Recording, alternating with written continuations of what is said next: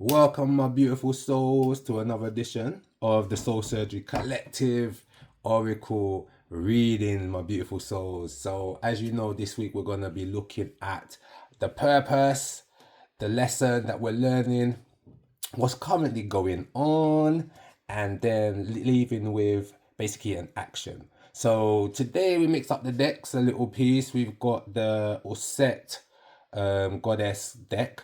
And then we've also got the Tarot of Saqqara, and then we've got the Yogic Path, my beautiful soul. So you can check in the bio. I'll put the information of the decks if you're interested. So with no further ado, let's go, my beautiful souls. So starting off with the water spirit, my beautiful soul. So many people have different names for the water spirit. Obviously, we're using the Kemetic principles or the Kemetic gods via the Auset deck. So they're calling the water spirit happy, my beautiful souls. And you can see there's a symbol of the baboon here. So as much as we're thinking, okay, water spirit, we're dealing with water, we're more looking at water in the sense of its purification, its ability to dissolve, right? Its connections back to one's spiritual essence. But we're also looking at it as, when we look at the ocean, the currents, the force, the fact of the nature of tsunami, the nature of tides pulling in and out, right? And then obviously, like I said, the water, the reason why aspect is linked to spirit is because spirit in its essence has no form, right? And water is seen to take on all forms. Everything in creation is a substance of water, if you want to put it like that, my beautiful souls. So there are a few dynamics that we're working on in the here and now. And one of those is spiritual purification, spiritual clarity. What does spirituality mean to you, right? What is the meaning of spirituality? Are you following new age trends, right? Just performing ritualistic tasks, buying crystals, burning incense, setting intention or affirmations, right? And you're seeing maybe some form of progress, but there seems to be some sort of confusion around that, or you're sitting on the fence that you need to cement yourself into a routine, a practice, a belief system, right? That is able to cultivate you, that's able to raise your consciousness, that's able to clean your energies, expand your mindset, release the setting of the mind, free the will from the emotions or the emotional programming, right? So that's what a spiritual system is supposed to look like, my beautiful sister, my beautiful souls. It's not supposed to be a worshipping, asking for to be saved, right? This is knowing that you as the product of the universe, as a child of God, of a child of spirit, built with the same qualities of consciousness, will and intention and energy that the will can manipulate, is saying that you as a creator, my beautiful souls, you have the ability to make those changes, to become aware, right? You're transcendent by nature. So we are expected to make certain changes in our life, right, upon the realization of our programming, and implement those changes. This is gather knowledge, right? Then turn that knowledge into wisdom by acting upon that knowledge. This is what they call living truth, ma'at, my beautiful souls. So your practice of spiritual cultivation doesn't have to be a specific line like, oh, I'm going to only study the Vedic beliefs, or Hindu beliefs, or Kemetic beliefs, or Taoist beliefs, or whatever beliefs. You could be a synergy of all these factors, because really and truly they're all coming from the same place. They've just all specialized, or got a page of the book, a chapter of the book, of the great big book. Do you know what I'm saying? Just think about everybody being one tribe, and the tribe scattering into thousands of pieces, and each tribe took a page of the great book of life or wisdom or what we are, right? And then they ran with that as a means to preserve their self or their culture, or to establish that culture. So we don't be afraid to dabble with a number of different cultures, ancient cultures. Don't be afraid to dabble with science, right? What I don't want you to do is to take something as full value, the be all and end all, right? Life is life is about being holistic. So you might find that the Hinduism, they've got a good understanding of energy, or the same for the Taoists, or you might go to the Kemetic because they have a spiritual, psychological, behavioral dynamic to their principle. So you might take that. You might go to the Kabbalah. Do you know what I'm saying? It's whatever it is, it needs to be some form of synergy, and it needs to be applied. That's the most important. Gather the information that you need so that your physical vehicle can be optimal, right? Your life force is replenished, my beautiful souls, right? You need to have a routine that does that. So you can, there's a number of different techniques from a number of different cultures, whether you're performing asanas or pranayamas, you're meditating in a certain way or whatever. There is a way for you to preserve your physical form via preserving your life force, right, my beautiful souls? And this is where the water takes on the concept of the life force energy, where we see the life force energy as maybe to be hot, fire, masculine. It has a polarity. Wherever there is a masculine, there's a feminine, right? So the feminine aspect of the life force energy would be purification, would be fertility, taking on any form or being able to manifest and produce any form, right, my beautiful souls? That is the aspect. And you see, happy, always this baboon is linked to Tahuti, the god of wisdom. So there's a deeper message there. So it is about spiritual cultivation. We are cultivating whom we are, what we are, our physical form, our mind, our will. We're strengthening our will, and we are awakening and arousing and replenishing our life force, because the life force gets depleted, my beautiful soul. So this is what this whole purpose for this whole period of time, we'll stay from this week till next week, or for whenever you catch the message catches you. There is a spiritual purification. This is a realignment of identity. Who am I? What is my purpose? What is my role within the universe? Not just within your community, right? So this is kind of giving you back some form of clarity. So the happy does rule over, I think, the north. So this is literally, if you watch the Game of Thrones, this is the symbol of winter is coming, my beautiful soul. So you see, when winter comes, first there's autumn. So one needs to go through the harvest, and then winter will test your metal. Do you understand? Which makes no sense why people celebrate Christmas and eat so much food, spend so much money. You've just depleted all your resources for the next 3 months of winter. That makes no sense, and that's unnatural, and that's not in alignment just on a naturalistic level. Do you know what I'm saying? Everyone should become more frugal. You see that winter starts with Capricorn, which is ruled by Saturn, cold and dry, my beautiful souls. Discipline, structure, there's pulling back. The trees pull their nutrients back into their roots, hence why we see the leaves fall for fall or autumn, my beautiful souls, right? But that follows a period of summer where we had the ability to harvest and gather the fruits so that we have provisions.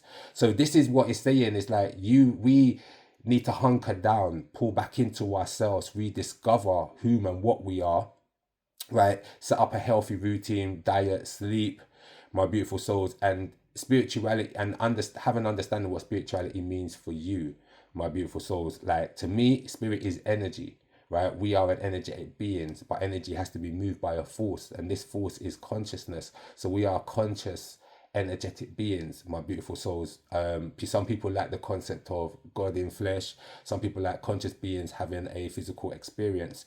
But again, your physical form is the densest form of energy. So if we know that energy is infinite, right, and that's part of what spirit's nature is, energy and will, that also means that our flesh is divine, also, even in its densest form, but it can operate on a higher level. It just needs right sleep, abiding by the rules. If you're into magic or you're into performing rituals, right, happy again is nighttime, any period of night from 12 o'clock, my beautiful souls, right? So I don't know if there's anything that's associated to you in that, or when you want to perform some of your ritual, some of your cleansing rituals.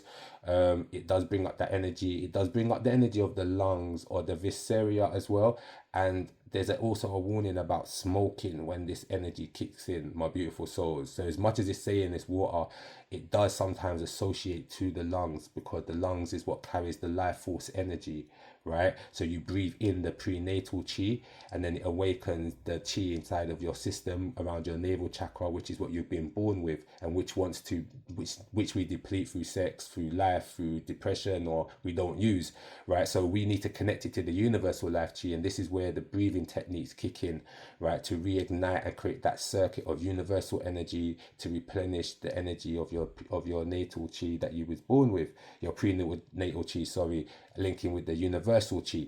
So that is all the energies for this week. Now let's see what we are learning. Amun Ra. Interesting. This energy is really the energy of Amin, right? It says number 1. So actually it could be Usa energy, right? But where word Amun is linked to the word Amin, imperceptible. So when we talk about energy in its infiniteness, our possibility, all potential comes from no thing, from no form, right? So from the state of imperception where there's no feelings and all of that things to modify or change the energy, right? So this is the birthing, this is an awakening. When you see what Ra with the Amun, meaning Ra, meaning the life force, the energy that needs to stimulate the matter, which is triggered by the intention, the will, my beautiful souls, or you could call it a god if you want, that would be Tem, or this would be Amun. So there's many different names for the same concept, right? So it's saying that this is what's needed for us, because it's in the learning position, right? Is for us to, you see all this solar energy, our life force energy needs to be replenished, it needs to be cleansed, right? And then we need to harness it. And the way we harness it is with intention. So we need to understand our purpose. We need to know we are creators. So what are we creating? What are you interested in? What are your passions, my beautiful souls? This is the time to give birth to your creativity, whatever way your creativity wants to manifest out. Like I say, this can be singing and dancing, jumping and prancing. This could be artwork. This could be creative with technology, creative speech. This could be work, problem solving, engineering, right? Because that's what creativity really is, like on a deeper level. So don't just put it into a stereotypical bracket of creativity is dancing, singing, drama, all that kind of stuff. No, we need to go deeper. You have a creative faculty, which is your will. So you're expected to have a dream. You're expected to have intention. You're expected to have purpose, or to move a the time is now to discover that and bring that forward with this aspect of Amun Ra. You're going back to, you're removing, this is why you need the purification, because we need to remove the doubt and the limitations of the physical form, my beautiful souls, of your social constructs, of what the world has told you are, the 9-to-5 work that you're in that keeps you so busy. It's just all of that. That's why we need to purify and get into a routine that allows us to acknowledge our fertility and our infinite potential and our ability to create the reality or the future that we want, my beautiful souls. So let's see what's going on currently. We've got 3 cards, right? So let's do these one by one. As you always know, I'm always like, when we get them like that. We got the moon, right? So y'all can't tell me that y'all are not nervous, right? Let's deal with that aspect of the moon. This is the dark of the moon, right? As you can see on this deck here. The dark of the moon, right? You can see the Scorpion goddess, right, to your right, called Serket. And you've also got, she's a goddess of protection and purification. And you've got the god in the middle. And to your left, these are symbols of Anubis, or it could also be seen as Sebek or Seth. So this is about our intellect, right? Remember, the moon has a deep correlation to your intellect, the way you are programmed. This moon card is representing us awakening to our insecurities, our fears and our doubts, which are stopping us from taking certain opportunities, taking certain calculated risks, from expanding out of our comfort zone, from creating, from bringing the project forward, from believing in the dream. It's like what's the point of feeling, what's the point of creating the fantasy? It's like we've got so used to creating the fantasy and living in the fantasy, it's become comfortable, it's become normal, we've accepted that, right? And really and truly, it's inhibitation. Do you understand? You're preserving a fantasy at the loss, at the cost, or at the risk of losing your true essential self and your abundance and this is all about your self-worth. So this, and now also the moon also brings in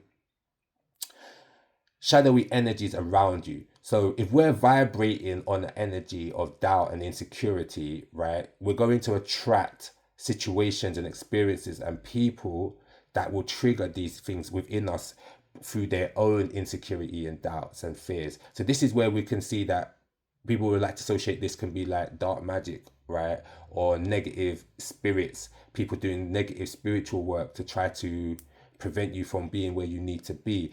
And yes, that exists. But again, my beautiful souls, you're a conscious being.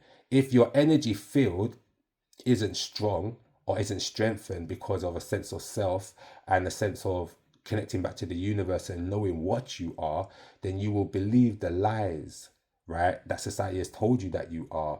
And this is what creates your insecurities and your fears, which weakens your spiritual protection, right, your energetic field, which allows people to come through who are also weakened and carrying, you could say, negative spirits, or they're vibrating from their lower vibration, which is interfering with you, right? And this energy could be keeping you stagnant. This could be making you fearful. These people could be putting pressure on you or manipulating your energies, right, indirectly, because you're just simply not taking control of whom you are, what you want to do, right, standing in your own authenticity. It's like we always need to get validation from other people. And when we do that, that validation comes with a cost. That cost is your insecurity and their manipulation, my beautiful souls. So that's that moon energy there.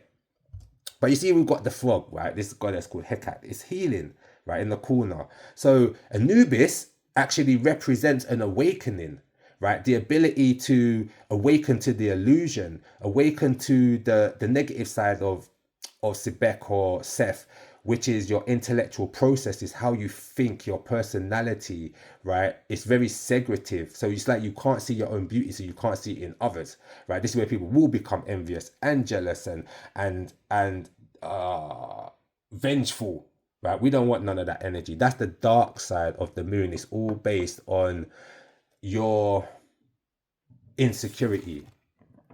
Then we've got the Ace of Wands. So this is the way we push past this, is by the arousal of the life force energy. You can see the whole Ankh here, right? This is the key of life.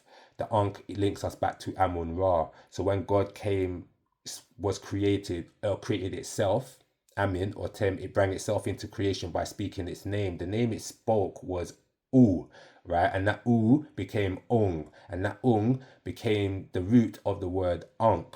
So this is the Alpha and the Omega, reminding you what you are, my beautiful souls. You have this energy, this life force. So the Ace is about enterprising, arousal of your life force energy, taking that feeling, what's the word? A calling. You haven't got the actual direction yet. In one sense, it's saying maybe, but the energy is there for you to realize, you know what?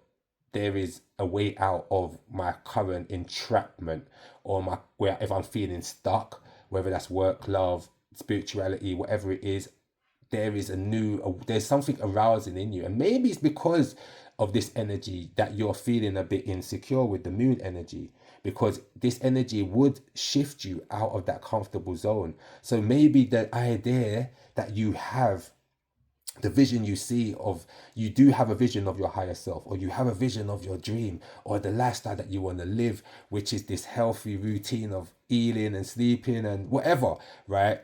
And it scares you because it means change, my beautiful souls. Maybe you've already set out on that path, and Spirit is saying, don't pay attention to the shadows that's creeping up, the doubts, right? Because the doubts can only creep if we're challenging ourselves, and that's positive. And then we've got the Seven of Wands, right, which to me denotes you defending yourself, defending the idea, staying true to the routine. So if I have an intention and my goal is I want to create this business, I need to do everything in my power to ensure that I create this business.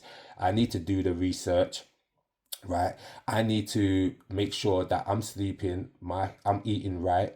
You know what I'm saying? So I have the right type of energy to perform the task, because there's a correlation between left feeling lethargic and your ability to work or to do anything. We know this, right? So we need to make sure we're getting the right sleep. We know we need to eat the right foods, yeah, but we also need to be on point. We need to set roots and not be budged with this energy or this dream or this routine that we're going in, right? So sometimes we get swayed, or friends will call you, or life situations will pull you or test you. You got to stay rooted and booted, rooted, suited, and booted. My beautiful souls, when it comes to this goal, this dream, or this new spiritual practice that you're going to be getting into, right? This valor, the card of valor, meaning fight, you fight by standing your ground, being truthful to yourself, right? This is Leo energy. So Leo needs to acknowledge what it is. It needs to be proud, right? Put that pride out there. Then it's Leo's a fixed sign. So therefore it gives you the ability to, once you find a task or you have a version of yourself, you demand the world to accept that, as opposed to you changing the world to accept it. That's what it means with the Seven of Wands, this external fight. The world is always going to tell you no, be like this, do it like this, or make you feel like you don't fit in. Your existence is that. Yeah, I keep telling everybody that the fact that we are who we are and we exist, right? Our uniqueness is already accounted for, right? So that's all we need to do is remove. It's a bit like a Pluto energy. Remove and disconnect the behavior or the mind frame that's preventing you from gaining more, being more, reaching higher heights. Do you understand, my beautiful soul? So yes, let's now check the next step. Let's see. Okay, and now we have Kafar. So yes, my beautiful souls, Kafar. I wanted to read this one for you so you get a deeper understanding of what this energy is. It's an earth energy. This is about grounding, but you'll see the connection between our ability to ground using the earth energy, meaning materializing or manifesting comes from our ability to ground our life force, to use our life force, to be in a cycle which is healthy and productive. Do you understand, my beautiful soul? So this is also bringing the dream into materialization. You understand? So meaning we do need discipline, we need routine, and in that discipline and routine, we should have a good sleep pattern and a good eating pattern, which will replenish the life force as well. So let me read it for you. They call it Kapha, my beautiful souls, the earthly dosha, grounding, nurturing, and heavy. So I'm going to read you the upright, and then I'm going to read you the negative, because depending on where you are in your life right now. So the upright positive aspect of this energy is you are grounded into the earth's energy and carry its subtle calmness, which makes others naturally gravitate towards you. You bring peace, understanding, and comfort to your community, and you are the shoulder anyone can lean on. You embody Earth's wisdom and you are anchored to her vast life force. You may have created a life or are envisioning one that will bring you great contentment and stability. A true home surrounded by people you love. You do not need to search for more. The deepest peace you will find is where you are. Just remember never to become too attached to anything. All is temporary. So congratulations for those ones at the moment who are going through this process, and they're establishing some sort of balance and harmony within their lives, because that's the ultimate goal. That's the point of the earth energy. It represents a form of accumulation. So we try, we test, we hypothesize, we try, we test, then we conclude, and the conclusion is your peace, is your establishment or your acceptance of the path, your purpose, or what you're doing at the moment, right? So it also brings in the earth energy is what we would call feminine. So its energy is very receptive, and earth could be either cold or dry, or cold and moist with the essence, but it's more like a cold and dry, to be honest. So that means that there's not so much emotionality, right? There's empathy over sympathy, if that makes sense. So the reverse of this card, which is where some of us are going to be sitting right now, because this is in the action card. So this will be the action that will be required right now in the here and now. Has the earth energy left you feeling heavy? It's time to shake out of your kapha rut. You may have gotten too comfortable where you are, your home, your career, your relationships, your life goals. Try something out of the box. See bigger dreams for yourself. Let go of habits that are no longer serving you, such as emotional eating. You see what I'm saying, my beautiful souls? I told you about this life force energy. Emotional eating or looking back into the past. Replace refined carbs, sugar and dairy with bitter vegetables, tart fruit and rich spices. It's time to shed your old skin and re-emerge as your highest self and fullest expression. So again, that reiterates with the kapha, my beautiful souls, the message I was saying about you being able to cleanse your routine, where you are, your mind frame. We can't just work on our minds, right? We can't just have affirmations. We need to make sure that we are in a routine where our life force is active. We call it our Ra, Shekim, our Chi, our Kundalini. It's like you cannot move your car without no petrol. It's a struggle. Can you imagine traveling 100 miles pushing your car, right? This is what you're doing and attempting right now. Some of us are in that position where you are too comfortable, right? You are emotionally eating. We're snacking when we shouldn't be, right? And it's just when we need to be looking on, why do I feel like this, right? What needs to change? How did I fall into this rut? How did I get into this little pattern? And the acknowledgement is what breaks it. This, you shine light on your shadow. Your unconscious self responds to certain external stimuluses behind your conscious awareness. That's why it's called unconscious. It doesn't mean it's dead. It means it's pulling the strings via your emotional programming in your mental arc, your personality archetype, right? And now you're performing these actions, or the emotional eating, staying up late, moaning about your work but not looking for a new work, keeping these dreams in your mind and just flirting with the ideas as opposed to implementing them. So something needs to change, basically. And it's saying your diet, your routine is a good place to start, my beautiful souls. It's time to take a risk. This is a calculated risk. Sometimes there can be too emotional. So it's almost like this earth, your earth has been destroyed or waterlogged. Too much emotions. So it's almost like the land has been flooded. You are in a state after a hurricane. There's destruction, there's caution, there's a need to want to have to replenish and rebuild. There's also a need to think out of the box to prevent the damage of destruction. So prevention is better than cure. So what hurricane has come into your life and spun things up right now, right, to make you think and reassess, right, the damage that we're causing ourselves, through inhibition, right, through insecurities. It's just nothing but insecurities, my beautiful souls. And insecurities is the result of a lack of knowledge of who we are. And this is why spirit is saying us to go back to the happy water spirit purification.